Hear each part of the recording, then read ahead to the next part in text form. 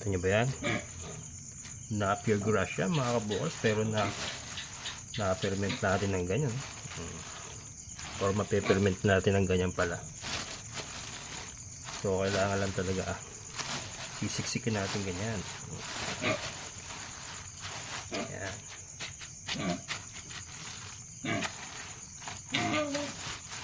Ayan mga kabukals. So ito nga po, naka 40 kilos tayo na pure grass. 40 kilos. Tapos yung ating darak ay 10 kilos. Yung ating molasses ay 2 kilos. Ayan ha. So meron tayo, nakagawa tayo ng 50 kilos na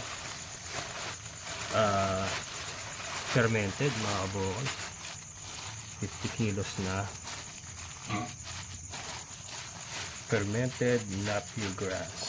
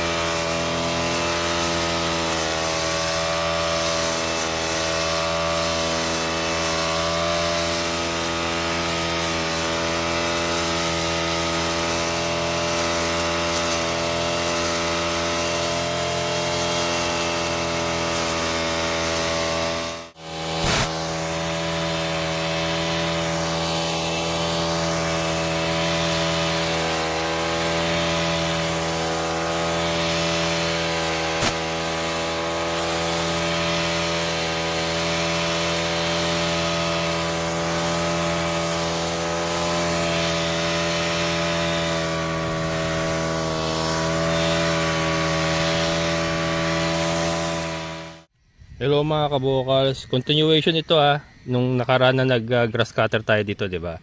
Nung isang araw pa 'yon. Ngayon po ay Miyerkules, January 14. I think January 12 po natin shoot yung nag grass cutter ako dito. Wala mga kabukals, na overrun talaga ako ng trabaho. So patalon-talon ako para ako isang paru-paro na palipat-lipat ng bulaklak. Ayan. Ang daming ginagawa ha. Ito yung mga kabukal, so sana magmamatay. Pero okay pa yan. Ang gagawin ko ngayon, kasi hindi ko na mapasok ito hindi naman nahirapan na akong pasukin mga kabukal. Sobra ng harvestin ko muna, portion by portion. So ito, isang hilera, harvesting ko. And then sasalage natin mamaya. Yan. Pag ganun tayo, row by row, harvestin natin to. Tapos isa-silage ko. Tapos, pagka na-harvest na natin, di putol na. Saka ako dadaanan ng grass cutter ngayon. Ganun. Hanggang sa maubos natin mga kabokals. Ayan, kailangan ko na maraming drum. Ang problema, wala akong mabiling drum doon sa suking bakery ko. Maghahanap pa ako ng iba pang drum. Pero yan, isa-silage natin halos lahat yan para maubos natin. Siguro, iimba ko lang yan in preparation for rainy season. Diba? Tingnan natin kung gaano kaganda. Pagka naano na natin na ferment natin hanggang rainy season. Ayan. Napier grass. Hoy, ano ka na? Hagdan na, ha? Tapos na flooring? Ayos. Yan yung swimming pool nila Butchoy, malapit na matapos mga kabukas. Titignan natin yan pag minsan daanan natin pagkatapos na talaga. So ito.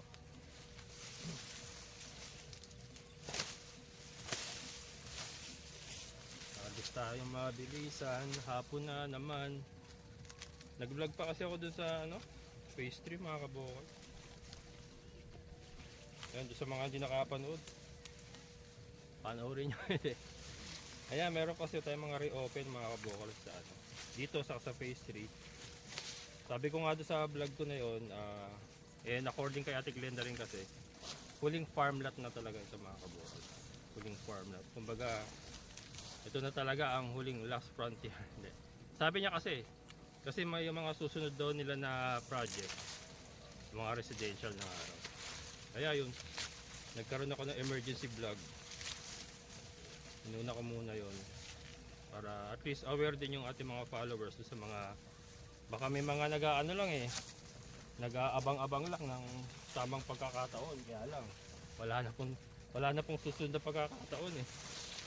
Ito na po yung huli talagang farm lots. Kaya yun. Ito baka i-silage ko to kahit gabihin tayo mga kabukal. Kasi pag pinagbukas ko to, medyo nagda-dry na siya. Maganda kasi i-silage mo siya yung sariwa pa talaga na may katas-katas pa. Para yung katas niya kasi yun din yung ginagamit natin pang ferment eh. Kasi hindi na nga tayo masyadong nagsasabaw.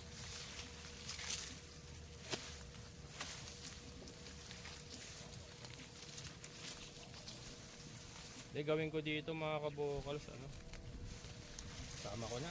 Total, hindi naman siya ganun hindi naman siya ganun kagulang ba. Sama ko na yung pinakapuno. Malalaman natin yan mamaya kung gaano katindi yung ating chopper.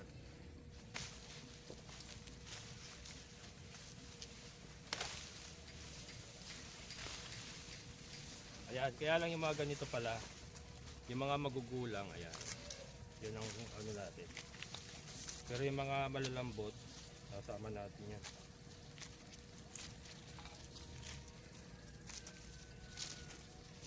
Ito, gulang kasi.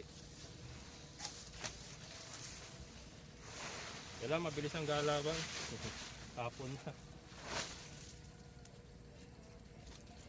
Dapat kanina pa ito eh, kaya lang kasi nga nag-shoot ako sa sa phase 3.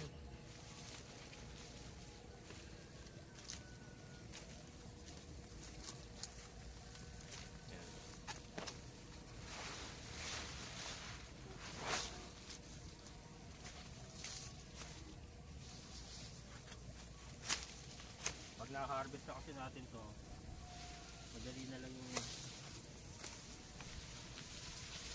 linisan. Kahit daan ako ng diretsuhan na grass cutter yan, okay na. Hirap kasi may ingatan ka eh. Ingatan ko nga kasi itong mga to, baka tamaan. Ngayon, since na-harvest na natin, madali na lang yan. Isang pasadahan na lang yan. Ito siguro sa to mga kabukal, para sa mga kambing muna natin. Pero pagka emergency, halimbawa na ubusan yung baboy natin ng Madre de Agua, pwedeng i-substitute ito sa mga mga para sa mga baboy.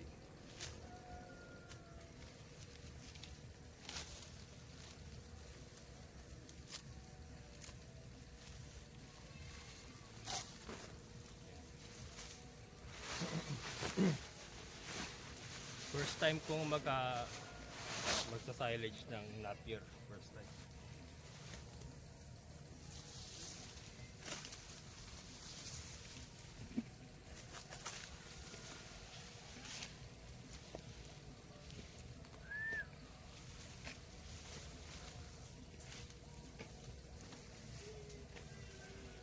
Nick.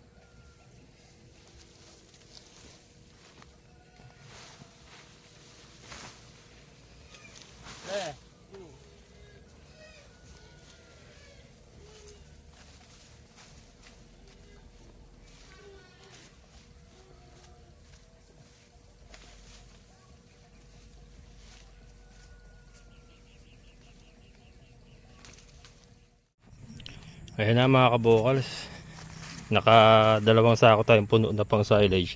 Ito pang cut and carry natin sa mga kambing. Mga kabokals, gabi na tayo pero ito kailangan ko kasing i-chop na to eh. Ano kasi to, magtutuyo ito bukas pagka pinagpabukas pa natin. So tinimbang ko lang 40 kilos na pala yun. Ay hindi, 20 kilos. 20 kilos mga kabokals. 20 kilos ha.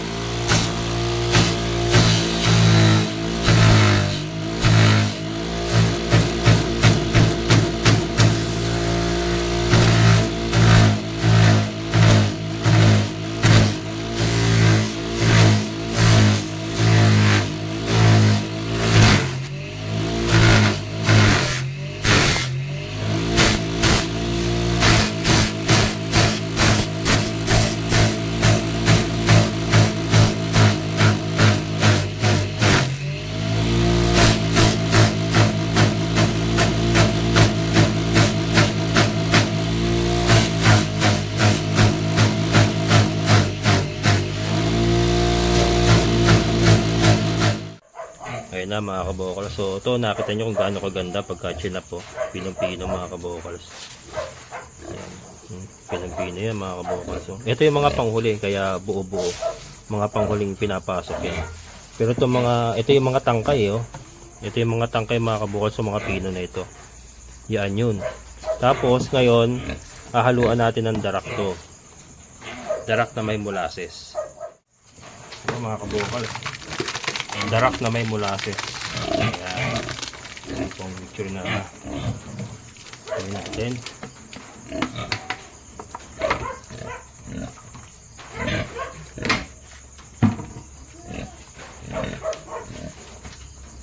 Tapos haluin natin.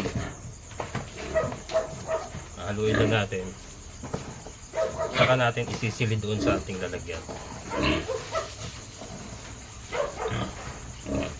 Parehas lang po ito doon sa ano, para sa more detail kasi hindi ko pwede pakabain. Masyado tayo mahaba. Ito, naka-flash po sa screen yung paggawa ako ng fermented Madre de Agua na may darak din. So, parehas na konsepto lang po. Parehas na parehas. Kung gusto niyo po yung step by step, ayan, balik lang po kayo. Ito po, naka-flash sa screen yung vlog na yon na fermented Madre de Agua with darak. Darak sa palay ito mga kabokals. Halu-haluin na natin to. Kailangan ma-mix siya ng todo. Hindi ko na po mapapakita lahat mga kabokals kasi ito, pipit-pitin ko pa ito doon sa lalagyan, medyo matagal yun. Pero andun nga po sa isang vlog kung gusto nyo pong makita yung proseso. Yan. Punta lang po kayo doon sa isang video natin.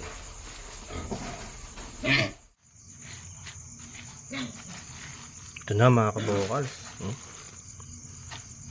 Ito nyo ba yan? Na-pure grass siya mga kabokals, pero na-ferment natin ng ganyan. Or mape-ferment natin ng ganyan pala. So kailangan lang talaga isiksikin natin ganyan. Yan.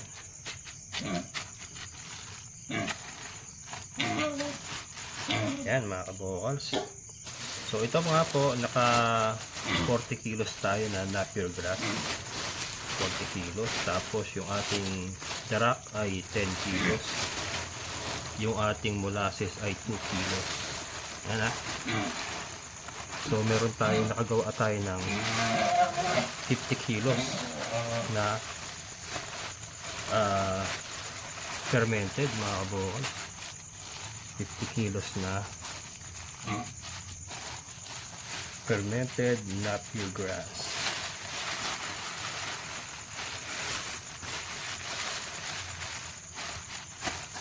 Kailangan hanggat maaari mailabas natin yung hangin, pero okay lang naman kung may matirang konti kasi importante dyan na napit-pit natin siya. Ayan. Putin natin.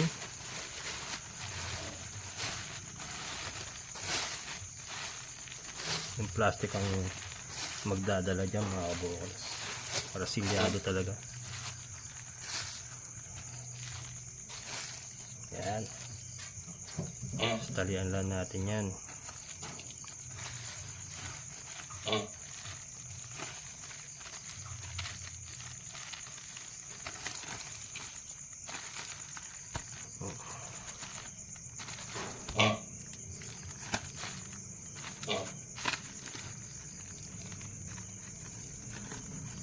Tindi-tindi ang pagkakatali mga kabokals para ano, hindi siya silingaw.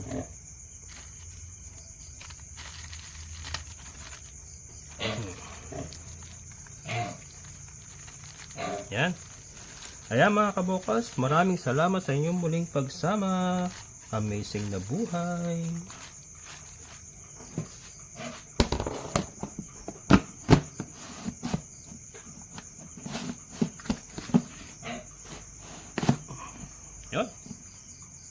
Bye-bye.